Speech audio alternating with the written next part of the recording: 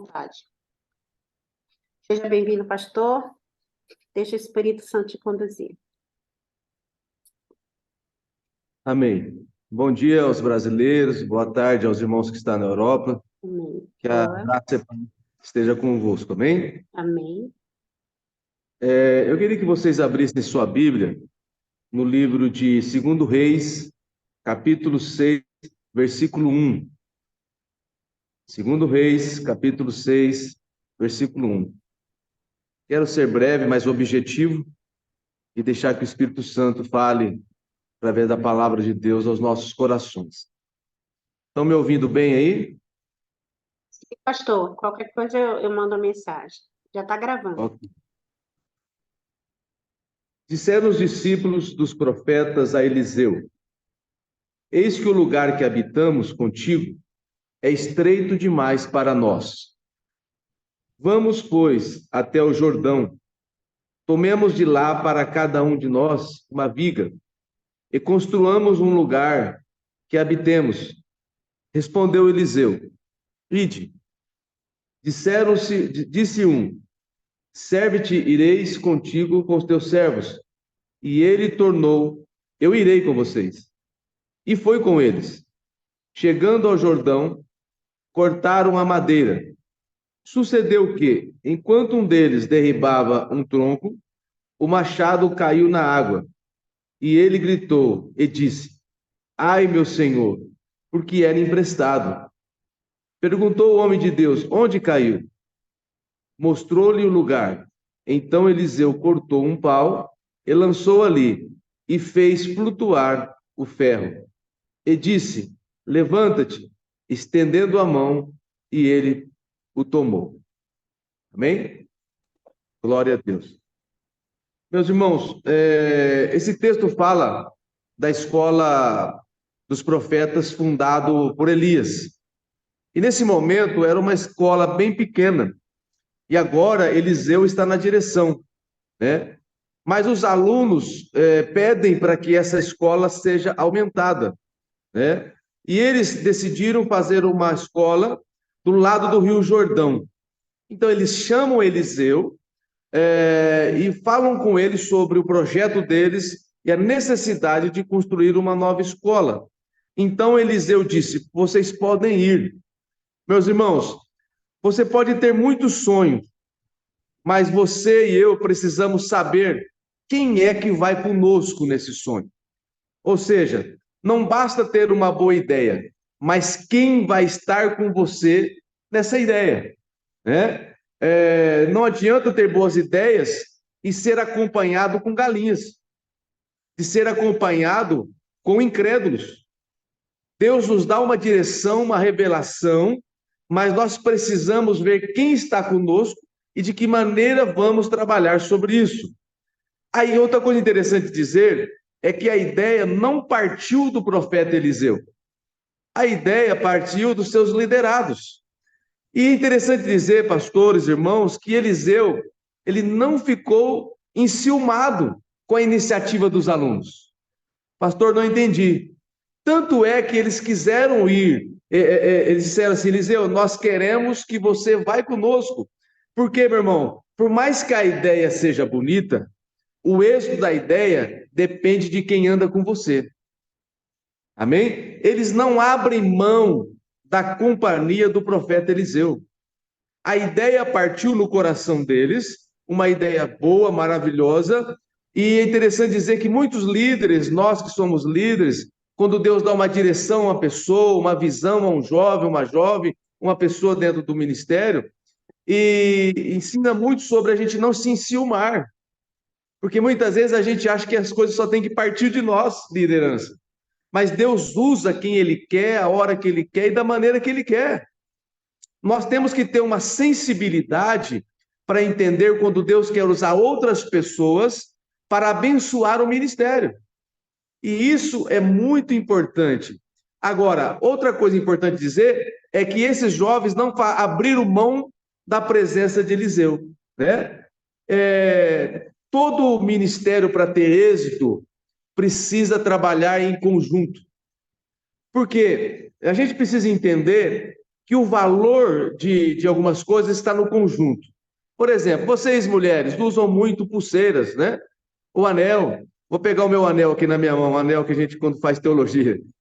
Esse anel ele só tem importância, entre aspas, se ele também não perder essa pedra. Então, se eu perder essa pedra, eu perco o valor do conjunto. Então, o valor está no conjunto. Ou seja, ninguém faz nada sozinho. Nós precisamos aprender a trabalhar em conjunto, sermos um só corpo, sermos uma família, e aprendermos, aos líderes que me ouvem, aos liderados que me ouvem, trabalharmos em consonância com a voz do Espírito Santo e trabalharmos em conjunto, amém? Outra coisa importante dizer é que eles eram apenas estudantes, mas eles pegaram um machado. Não entendi, pastor. Ou seja, eles estão fazendo o serviço pesado. Entendeu? Porque quando você quer crescer na vida ou no ministério, você não pode se propor fazer só aquilo que você quer. Quando nós queremos crescer na vida, em qualquer circunstância, nós precisamos nos propor a fazer o que é preciso. Ninguém vence fazendo apenas aquilo que gosta. Ninguém tem sucesso fazendo apenas aquilo que gosta. No meio do ministério, no meio da vida da gente, vai ter coisas de sabores que a gente vai ter que enfrentar, mas vamos ter que fazer a nossa parte. Ou seja, quem quer crescer não pode fazer só aquilo que gosta, mas precisa fazer aquilo que precisa ser feito. Amém, meus irmãos? Espera, eles poderiam dizer, mas Eliseu, mas o nosso chamado não é derrubar a árvore, não é verdade? Ou seja, eles não se preocuparam em pegar um machado, em fazer o esforço, fazer o serviço pesado, mesmo estando na escola de profeta. Tem muitos homens e mulheres que estão no ministério, mas não querem pagar o preço. Acham que ajudar de alguma forma na igreja, seja uma limpeza, seja numa evangelização, seja levar uma comida para alguém, um alimento para alguém, levar um agasalho para alguém, e fala assim, mas eu quero ser pastor, eu quero ser profeta, e isso não compete a mim. Não, meu irmão, toda obra feita para Deus existe uma grande valia. Tudo aquilo que fazemos pelo reino, nós estamos fazendo parte de construir um sonho, de construir um projeto. Nós não podemos fazer só aquilo que nós gostamos. Então, eles foram construir, então, essa nova escola perto do Rio Jordão. Porém, eles pegaram um machado emprestado. Naquele momento, meus irmãos, era uma ferramenta rara, né? Poucos tinham esse instrumento chamado machado. Um instrumento muito caro, inclusive, na época. Mas, mesmo não, eles vão, então, participar para cortar uma árvore e o machado cai dentro do rio. Caindo do rio, e agora o que fazer? Como pagar? Como devolver? Porque você não tinha como devolver. Como pagar esse machado? Mesmo não tendo mais nada a fazer, eles sabiam que alguma coisa tinha que ser feita. Em situações que nós somos colocados e que aparentemente não há mais nada o que fazer, nós precisamos saber o que fazer. Nós precisamos entender que nós vamos colocar em becos, vamos ser colocados em becos sem saída. Nós precisamos entender que situações nós vamos nem saber para onde ir. O que nós precisamos saber é entender que alguma coisa tem que ser feita. Ou seja, às vezes você tinha um sonho, mas você teve um problema. Ou seja, perdeu uma ferramenta. Aí pensamos, não há mais nada a ser feito. E o que esse texto então nos ensina? O que levou esses meninos a procurar o profeta foi pelo local pequeno, não é verdade? Ou seja, o que é estreito ou pequeno em você que te dê satisfação ou provoca desafio? O que é aquilo que está acontecendo na nossa vida que pode ser pequeno, que está provocando satisfação ou que está provocando desafio? Tem áreas pequenas em nossas vidas que elas nos desafiam a ampliar, ou então a gente se acomoda, não é verdade? Até quando nós vamos nos acomodar com lugares pequenos? Eles poderiam se acomodar onde estavam, mas foram desafiados a construir um lugar muito mais amplo para que pudesse acolher mais pessoas. Você, líder, pastor que me ouve, Deus está te desafiando nesta manhã ou nessa tarde aí na Europa a ampliar as tendas. Deus está desafiando a gente a não se acomodar com aquilo que nós somente temos na mão, sendo que nós podemos fazer mais, podemos produzir mais. O problema, meu irmão, naquele momento, de construir uma nova escola, ou seja, uma nova história, era do líder. Mas eles assumem a responsabilidade porque entenderam que o progresso de uma obra está no poder do conjunto. Amém? Se você começar a ter satisfação com aquilo que você deveria lutar contra, ou seja, a gente nunca vai chegar a lugar nenhum. Se pudermos ter uma igreja melhor e não fazemos melhorias, às vezes o que Deus está dizendo aqui é que nós precisamos sair da zona de conforto, às vezes sair da zona de acomodação, às vezes sair da zona do porto seguro e começar a confiar naquele que nos chamou, naquele que nos escolheu para enfrentar desafios, porque a vida é um desafio. E esses jovens são desafiados a produzir algo melhor para o reino de Deus. Só que intempéries na vida acontecem. Só que, fazendo eles a obra de Deus, perderam o machado. É interessante dizer que quando nós nos dispomos a fazer a obra de Deus, sempre aparecem contratempos. Quando nós colocamos a mão no arado, às vezes a gente perde coisas. Não é verdade? Mas quando eles perceberam que não havia o que fazer, entre aspas, então eles clamaram quem? O profeta.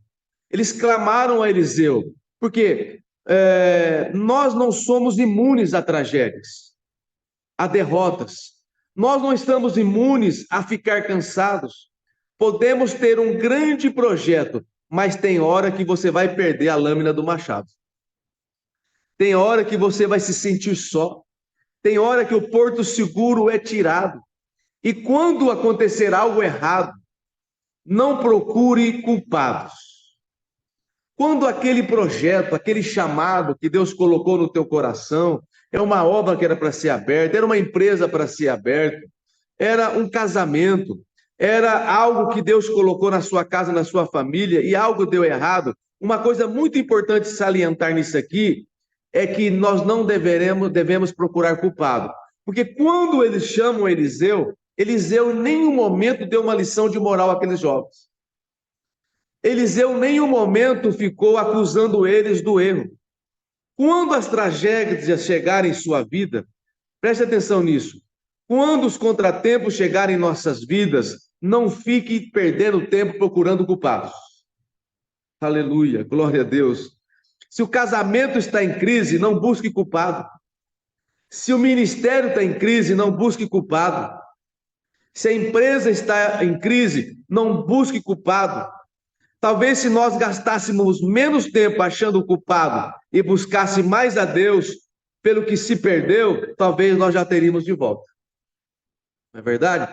Então a gente aprendeu com a síndrome de Adão, de achar culpados. Olha, eu pequei, eu comi o fruto porque a Eva que me fez comer. Não, irmãos, nós precisamos parar de achar culpado naquilo que não deu certo e pedir a Deus uma nova visão, um novo foco, uma nova direção. Levantar a cabeça, você líder, você irmão que me ouve, que pode estar passando por intempéries da vida, né? Por coisas que não deram certo, e a gente tenta sempre arrumar um culpado, e não é para a gente nem ficar se culpando, mas apresentar para aquele que tem solução para os nossos problemas.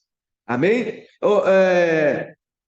Se Deus perguntasse para mim hoje, se Deus perguntasse para você que me ouve hoje, aonde caiu a ferramenta que você perdeu? Você sabe apontar? É forte isso, igreja. Se você sabe quando é possível que alguns de nós perdemos a fé, aonde? Em que anos nós perdemos aquela graça? Você lembra, irmãos, você que me assiste aqui, quando a gente aceitou Jesus, aquele fogo que ardia dentro dos nossos corações? Aquele sonho em dar o nosso melhor para a igreja, aquele sonho em nos doar para o evangelho. Só que com as intempéries da vida, com as tragédias da vida, com as decepções com o ministério, com pastores e líderes que fizeram a gente se decepcionar ou nos decepcionaram, e muitas vezes a gente fica arrumando culpados e nos bloqueando para que o poder de Deus se manifeste em nossas vidas. Meu irmão, o mesmo Deus que te chamou lá há tantos anos atrás é o mesmo Deus que está me usando para falar com você nessa manhã ou nessa tarde. Aonde é que você deixou perder o machado? Aonde é que caiu essa lâmina? Aonde é que perdeu esse brilho? Aonde é que perdeu essa chama, esse fogo que ardia dentro do teu coração? Eu vejo que no livro de Apocalipse, quando Deus diz assim, eu tenho contra ti é que deixaste o primeiro amor.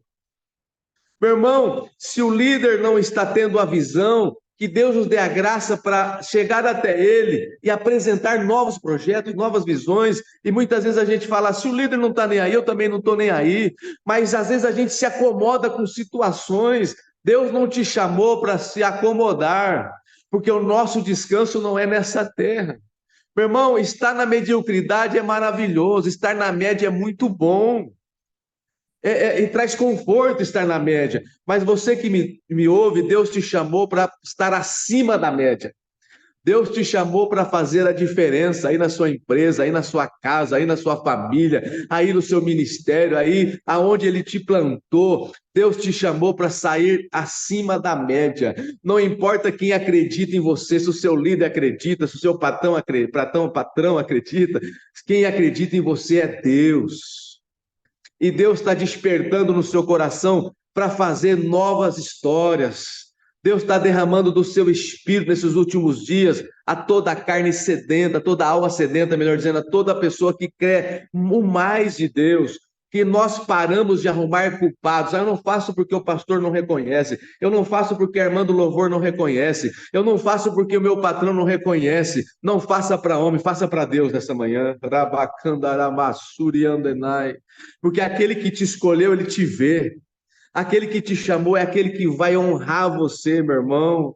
Meu irmão, que ano você parou de servir? Que ano a gente parece que perdeu aquele brilho, aquele dom? Vamos parar de achar culpados e vamos lembrar aonde é que a gente perdeu o nosso machado. Aonde é que caiu? Meu irmão, outra coisa interessante dizer, que ele não pulou no rio. O profeta não pulou no rio, ninguém deles pulou no rio. Ele só pede ajuda ao profeta. Ele diz, meu Senhor, o que fazer? Em situações que nós não sabemos o que fazer, nós temos um Deus para falar. O profeta aqui tem uma tipologia, uma simbologia de Deus também. Quando eles veem em situação de aperto, muitas vezes a gente tem que clamar ao Deus de Abraão, ao Deus de Israel. Homens e mulheres também precisamos entender a importância de caminharmos lado a lado com o nosso líder, caminhar lado a lado com o profeta que Deus colocou na nossa vida, respeitar o líder que Deus colocou na nossa vida, porque se ele não tiver na visão, Deus vai tratar com ele, e Deus vai falar com ele, você pode ter certeza. Então, eles clamaram a Eliseu, meu Deus, e agora? Ou seja, profeta, agora é contigo. Então, quando o homem de Deus tem visão, direção, a unção de Deus, ele não fica também na igreja achando esse erra, esse não vale, esse não merece, esse não dá para trabalhar, esse não dá para fazer. Muitas vezes nós, liderança, ficamos julgando as pessoas pelas aparências, mas quando nós temos o Espírito de Deus, nós vemos que tanto eles quanto nós somos falhos, somos frágeis, somos carentes. Nós precisamos clamar para que Deus nos use, porque eu trabalho muito, às vezes, com pessoas desigrejadas. Eu trabalho com muitas pessoas que estão debaixo da ponte, pessoas que o líder não soube trabalhar, perdoar, estender a mão.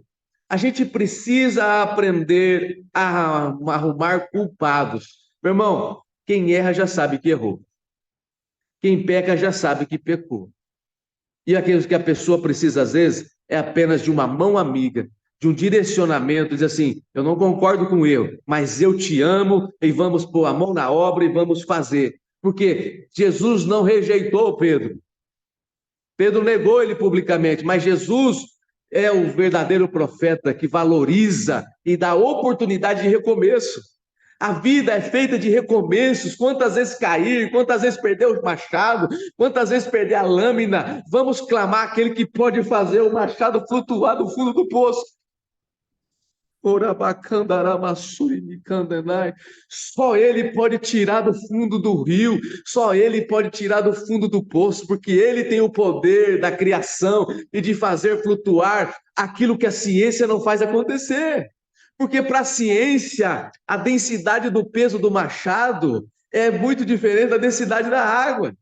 Não tinha possibilidade nenhuma, mas quem tem direção de Deus, até as águas têm que obedecer a palavra profética. Meu irmão, quando não há mais nada a ser feito, sempre tem algo que pode ser feito. Em 1 Pedro 5,17, 5,7 diz assim: lançai sobre ele toda a vossa ansiedade, porque ele tem cuidado de vós. Pastor, por que que tinha que ser o meu machado? Por que que tinha que ser comigo? Meu irmão, Deus permite coisas para que nós possamos ver o milagre acontecer. Esses jovens estão vivendo uma experiência que ninguém até esse momento tinha visto, de um machado flutuar. Tem experiências que Deus vai permitir na sua vida, você que me ouve, para que você tenha a graça de ver o poder e o milagre de Deus manifesto. O que Deus tem para você não é para mim, porque Deus tem propósitos únicos, especiais para cada um de nós que estamos assistindo aqui. Então, vá, põe a mão no arado, fala com Deus, faça uma reflexão. Se algum ponto da sua vida você perdeu o machado, se você perdeu aquele porto seguro, se você perdeu aquela zona de conforto, é porque Deus não quer que você viva na acomodação. Tem líderes que têm 12 pessoas na igreja e está feliz. Anos de ministério e está feliz. Aí fala assim: o que nós queremos ter é qualidade, não é quantidade. Meu irmão, presta atenção, a qualidade é que gera quantidade. Deus tem pressa. E Deus quer que a gente ponha a mão no machado, e não importa se o meu chamado é cortar árvore, eu tenho que fazer o que tem que ser feito. E se eu tenho que ir para a rua, eu vou. Alguém diz assim para mim: o senhor tem que só pastorear. Não, irmão, eu vou para a rua. Se vai limpar a igreja, os irmãos que me ouvem aqui, eu vou limpar a igreja. Quem carrega a cadeira da igreja sou eu. É com um trabalho em conjunto. Quando a gente entende que a obra é em conjunto, que a igreja só se torna corpo quando está em conjunto, é aí que o milagre de Deus acontece. Onde é que nós perdemos a lâmina do nosso machado? Qual área da nossa vida que Deus está tentando desafiar você e a mim e a gente se acomodou? Não ora mais, não prega mais, não louva mais na igreja porque está arrumando uma desculpa, porque alguém não gostou que você cantou desafinado, porque alguém não gostou do jeito que você te falou. Já não está mais lá na frente porque não entenderei. Ouça o que o Espírito Santo está dizendo. O meu propósito na tua vida é pessoal. O meu propósito na tua vida é fazer de você um homem, uma mulher de Deus, um chamado, e não depende do que os outros pensam ao seu respeito. O que Deus está dizendo, o que importa é o que eu penso ao teu respeito. Te chamei, te escolhi para que vades e dê fruto e seja um instrumento na mão do Senhor, porque a boa obra que Deus começou na tua vida, Ele é fiel para completar. Porque quando a gente se sente sozinho, a gente às vezes faz como Pedro, quer voltar para o rio, quer voltar para o mar. Eu aprendo muito com esse profeta Eliseu, irmão, que quando Deus os chama, quando Elias os chama para fazer a obra, ele vai lá, queima a carroça, mata os bois e vai fazer um churrasco e se despedir daquela vida. Sabe o que eu aprendo aqui? Ele queria destruir toda a possibilidade dele voltar. Que se não der certo lá, eu volto. O que Pedro devia ter feito, queimado aquele barco, aquele navio. Que se ele queima o navio, não tinha onde voltar. Mas mesmo quando a gente pensa em voltar, pensa em desistir, pensa em parar, lá vem o mestre, lá vem o rei dos reis, o senhor dos senhores, buscar Pedro, os seus discípulos, e assim: ei, eu vos chamei de fato para ser verdadeiramente pescadores de homens.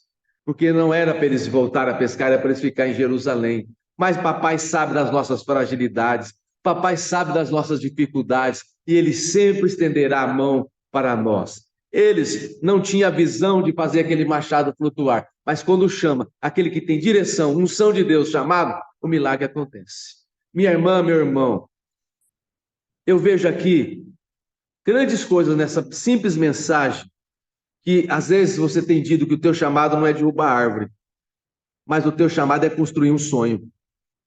O teu chamado é fazer a obra de Deus acontecer. Então, o que colocar na tua mão, faça, e eu vou dizer uma coisa para você, faça bem feito.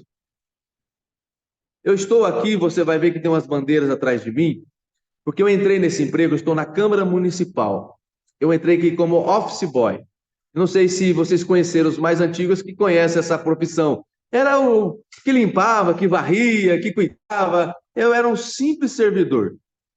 E eu vim, aí o meu patrão colocou eu para varrer a Câmara.